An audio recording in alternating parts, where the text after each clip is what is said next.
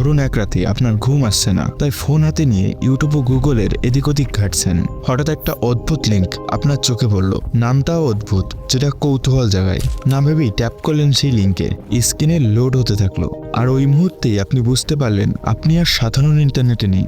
আপনি চলে গেছেন এমন এক জগতে যেটা চলছে সবার লোকচক্ষুর আড়ালে, যেখানে মানুষ বিক্রি হচ্ছে, আবার লাইভ ভিডিওতে কারো উপর নির্যাতন করা হচ্ছে।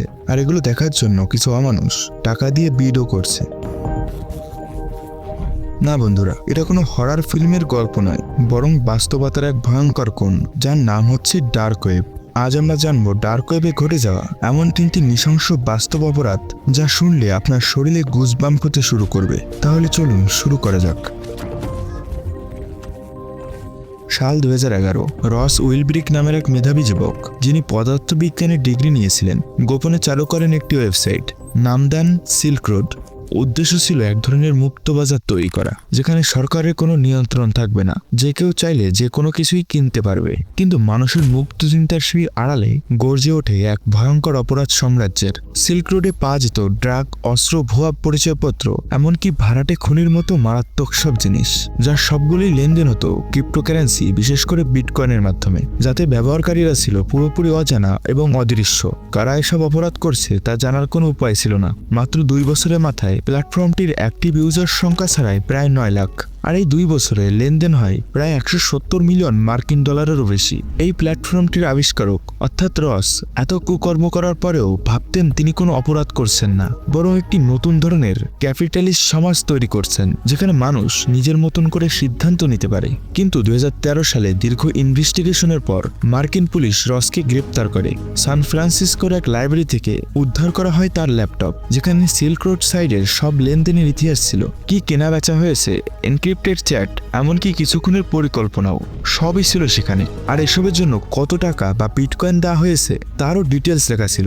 এই ঘটনার পর আদালত রসকে 2 বার যাবজ্জীবন কারাদণ্ডে দণ্ডিত করে। সিল্ক রোড এখন আর নেই, কিন্তু এর ছায়া রয়ে গেছে আজও।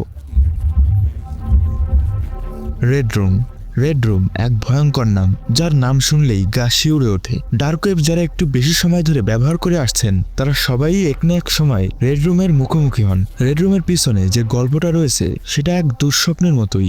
লোকমুখে শোনা যায় এই ঘরগুলোতে করা হয় লাইভ টর্চার, যেখানে বিশ্বজুড়ে ছড়িয়ে থাকা ইউজাররা টাকা দিয়ে বেছে নিতে পারে ওইখানে হাত পা বেঁধে রাখা মানুষটার উপরে কিভাবে এবং কতটা নির্যাতন চালানো হবে। কেউ যদি $10,000 বা তার থেকেও বেশি দেয়, তাহলে সেই ব্যক্তি নির্যাতনের ধরনও নির্ধারণ করতে পারেন।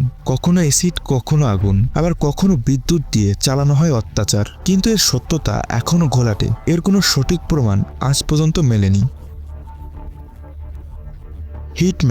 হিটম্যান অর্থাৎ ভাড়াটে খুনি। ডার্ক ওয়েব এমন এক জায়গা যেখানে অনলাইনের অপরাধের কোনো সীমারেখা নেই। আর এই দুনিয়ার সবথেকে ভয়ঙ্কর ও বিতর্কিত সার্ভিসটি হচ্ছে হিটম্যান অর্থাৎ ভাড়াটে খুনি।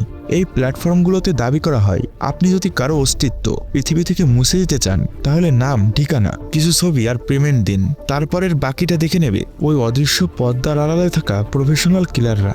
এমনই এক কুখ্যাত ওয়েবসাইট নাকি পুরো ইউরোপ জুড়ে হিটম্যান নিয়োগ দিয়েছিল, এমনকি ক্লায়েন্টের সঙ্গে নাকি তারা কথাও বলতো। কিন্তু শেষে জানা যায় পুরো ব্যাপারটাই ছিল পুরো স্ক্যাম।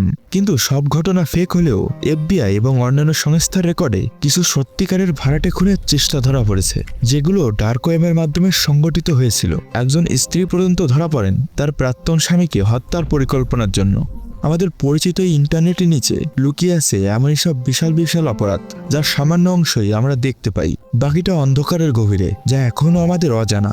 এই ভিডিওটি বানানোর উদ্দেশ্য কাউকে আতঙ্কিত করা নয়, বরং আপনাকে সচেতন করা, যেন আপনি জানেন যে আপনি কোথায় পা রাখতে যাচ্ছেন।